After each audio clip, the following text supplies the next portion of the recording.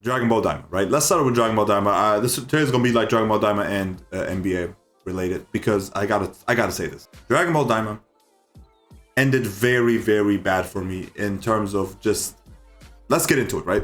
The last episode before the ending was phenomenal. 10 out of 10, probably my favorite Daima episode by far.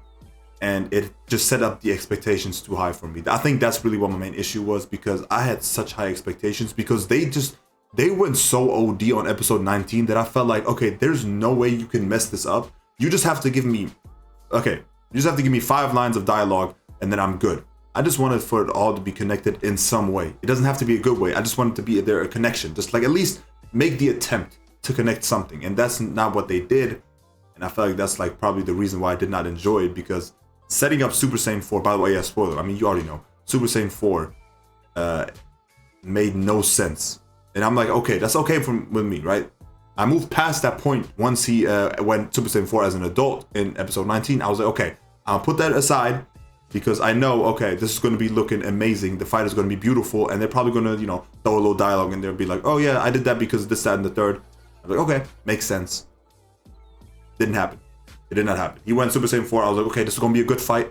I'm waiting to see, is there a fusion? Nope, no fusion as well. I'm not trying to, be like, I have no problem with there being no fusion if you did not make the effort to introduce a whole new thing that actually made fusion possible in the series. Like, nobody expected a fusion until you told me to. You gotta imagine, this is like when your homie comes up to you and he's like, hey bro, I got this insane news. You won't believe you don't believe what she did. I'm gonna call you later though. And you're like, okay, that's gonna be in your mind for a little bit. After a couple of days, you're gonna be like, wait, what happened? He still hasn't called. And you're trying to text him like, yo, are you okay? And you're gonna be like, hey bro, just wait.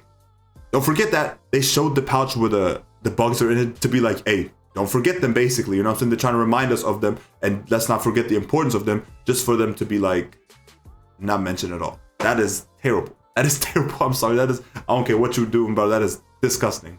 And I know people have been saying, oh, well, they're not trying to take the shine away from Super Saiyan 4. It didn't even have to be a Goku and Vegeta fusion. I just wanted to see a fusion, period, because you introduced it and I didn't. My brain was wired to be like, okay, this is going to be story-based. I'm not going to take it too serious because there's probably nothing really crazy happening. Cool. Got that out of the way. Watched the first couple of episodes and I seen that, oh, wait, this is actually going to be a bit serious. But the plot is not really making sense. Why is the spaceship breaking down 5 million times in a 20 episode run? And now knowing what happened at the end, it's like, okay, those episodes before, they don't really feel like as important to me.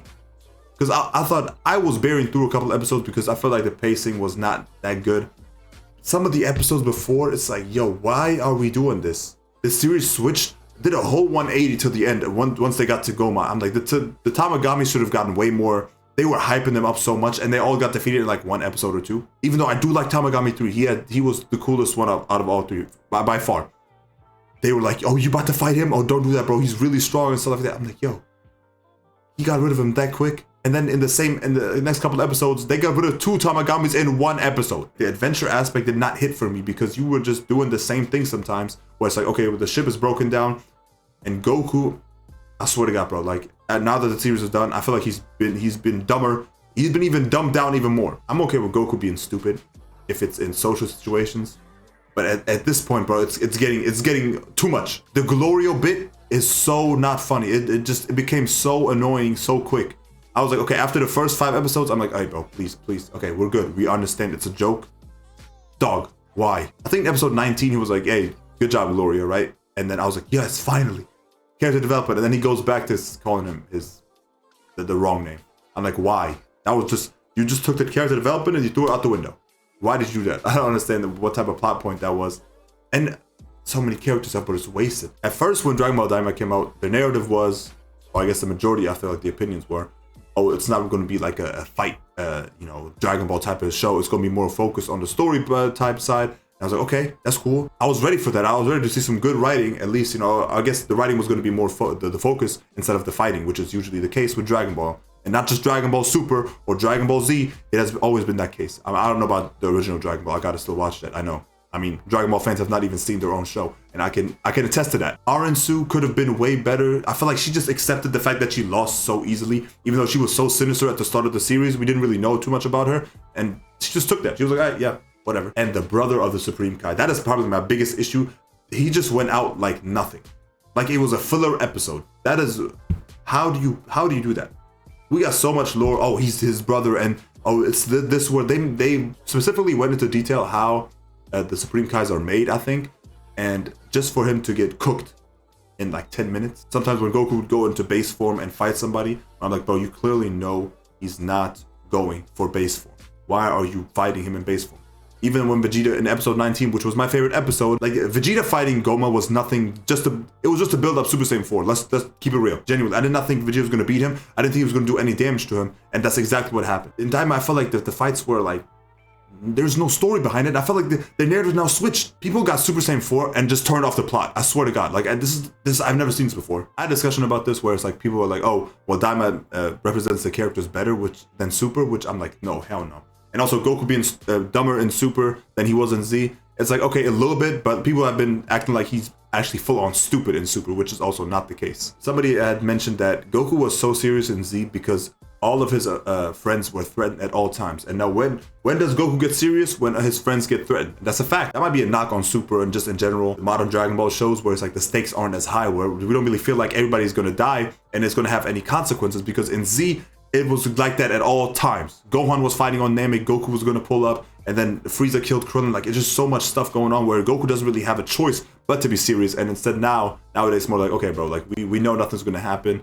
We got the Dragon Balls. You're gonna get bailed out anyway. So I do appreciate Daima. I think Daima is pretty good. I would give Daima like a 6.5 out of 10 because the ending just rubbed me the wrong way. If you had just thrown in 5, but I didn't even mention why I didn't like the ending. Let me tell you why I didn't like the ending, okay? You got Super Saiyan 4. Never just goes over there, gives him Super Saiyan 4. That's what we thought. Next episode, he does it again. I forgot about it. I was like, okay, cool. This Dragon Ball, this doesn't really make any sense. Let's focus on the fighting because that's what we want to see. He fights him, cool. All I wanted to know is in the last episode, give me like 5 lines where I was like, oh yeah, I could only go Super Saiyan 4 because he gave me that power and he unlocked that potential. Instead, he was like, nah, I was just training. That doesn't even make any sense. So why was wouldn't it be harder to unlock Super Saiyan 4 in a kid's body? He didn't even mention never in the explanation at all. I like Dragon Ball Super, okay? The story of Dragon Ball Super is not that crazy because, but I felt like people are like acting like Dragon Ball Super story is so horrendous. So yeah, I like the concept of Goku Black, you know, somebody stealing Goku's body, because let's face it, bro, Goku's the strongest being in that universe. And you tell me nobody's really trying to copy him. I know people are probably tired of just the remakes, you know, bringing somebody back, bringing Frieza back a couple of times. You know, that's a honest complaint, and I don't got a counter argument for that because that's just what it is. Them time traveling, the Hakai with Beerus, and then when he got fed up, and then bro, them going to the future, going back, trying to figure out like how do we scheme to beat this dude, almost like they played a whole NBA series against this dude Zamasu, bro. That is like one terrible thing about Super. They gave us Vegeta for 7 minutes. That is like one thing, but they fumbled on, and the ending, and Future Trunks being just able to go Super Spear Bomb, whatever the hell that was, right? You know what I'm saying? There's some characters that be forgotten. Piccolo. You tell me Piccolo couldn't get that shine to finally, you know, do something cool?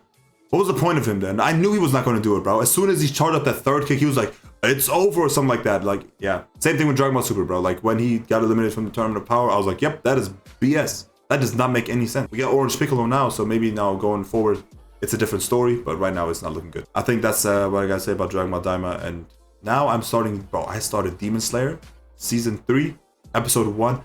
It's probably one of my favorite introductions to a season yet from, I feel like, any anime. That they introduced that so beautifully, bro. Immediately going off of where we left from Season 2. I know I'm a bit late, but they immediately pick up Tanjiro, who was it? Zenitsu, the whole gang, right? They were still injured on the battlefield, getting taken to the hospital, and then they go to the demon realm, whatever that room is called, right? Everybody is summoned. I'm like, oh my god, the animation. So this feels like a movie. This feels like the end of a movie, even though we just started.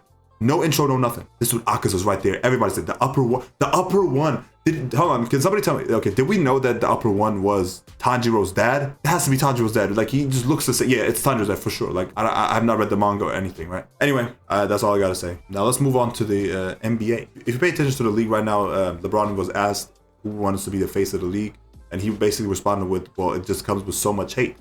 And that led to a lot of people, you know, talking about it. And I told y'all about this before. Like, go look at this video right here, right?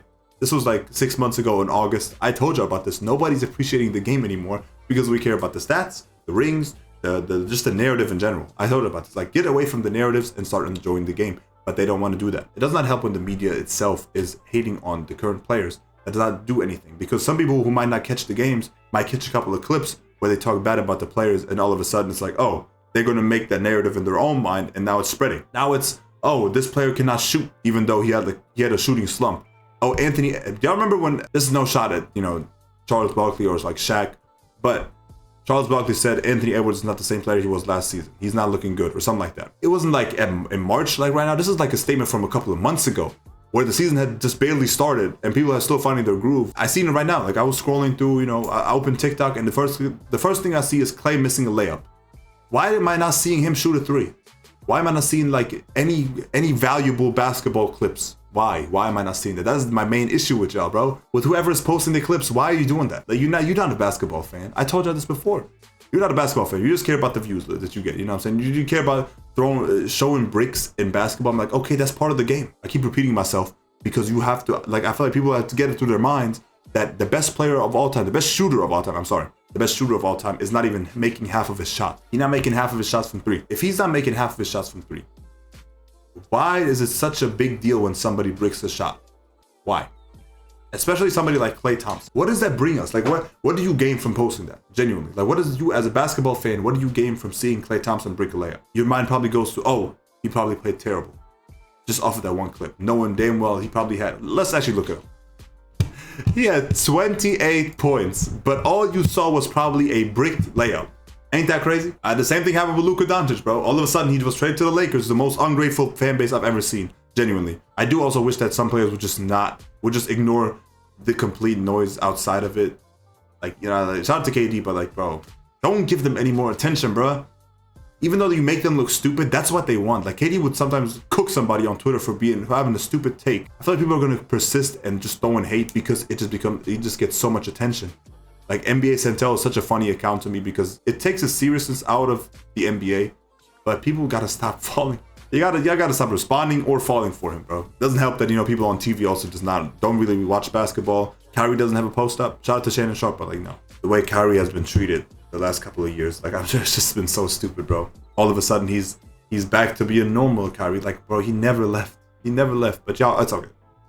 Whole different discussion, bro. Y'all want to be, hating on him because that's what they told you. Kyrie Irving is not on the top 75 list, which I don't really care about rankings in general. When something as big as an NBA top 75 list is already being narrative driven, that's when you're like, okay, the narrative isn't that we should look at basketball. It's the narrative as we should look at players that benefits the NBA. Jaylen Brown not being on the Olympic team. Interesting. They just picked the next best Celtic. That's interesting. You don't think that's a bit narrative driven? Oh, that's Nike. Well, why do you think Nike does not like Jaylen Brown? Come on, y'all. Do your research, bro. Do your research. I swear, bro. People act like they don't play defense no more. It's just not true. There are certain possessions where, yes, some people are taking their time off of defense. Like sometimes the closeout is not there. The physicality sometimes is not there, but they cannot be because it's going to be a foul. Now you get the conversation shifts over to the ref. And now what can we do? Let's not try to build narratives. Let's build the narrative. Let's build only one narrative. Hey, basketball is being played. Let's focus on the best players and the players who are trying to get better, and let's just focus on the greatness of it and not just the bad parts. The bad parts that you wanna emphasize because that's the only thing you see. So there's no good parts in your mind. Now, speaking of just bad things that are happening, the 76ers are not that good, and it's March. I wanted to give them a little bit of time, but first of all, you got Joel Embiid being shut down for the entire season, and it's like, damn, bro, what happened? Why did y'all let him play in the Olympics? Because they look at the Clippers, bro. They said, no, Kawhi, you're not playing the Olympics. I don't care what's going on. You're not doing that because we need you for the regular season. So far, Kawhi is looking amazing. You know what I'm saying? It's Kawhi Leonard, right? One of the best players probably ever, right? But I want to focus on Paul George. I don't think Paul George is the main reason why the Sixers are so terrible, but I feel like you should have taken it a bit more serious a bit earlier. But, it's better late than never. You know what I'm saying? You still can make a good play and push. I don't think the podcast that he was doing was really hurting the team like that. But I understand it. From Philly fans, it's like when you get blown out by, like, let's say 30, right? You're getting blown out by 30. The last thing you want to see is your second star or third star player getting on a podcast, all smiles like this, and it's like talking about something completely random, not even basketball related anymore. It just comes off a bit weird, like, you know what I mean? It's like if I lose a basketball game and then I see my homie on IG live, it's like, oh, he's partying right now. Like, yo, I'm not trying to see this, bro. We got blown up by 30. I feel like that's like the same energy that the Philly fans get, which I can understand. I like that about the podcast where he can dispute any lies. Like when he said the playing the center was boring, people took it the wrong way, and he immediately came to the podcast and corrected it just in case there's no allies. That's all I gotta say. Y'all let me know what y'all think. And yeah, it's still Denver in 6.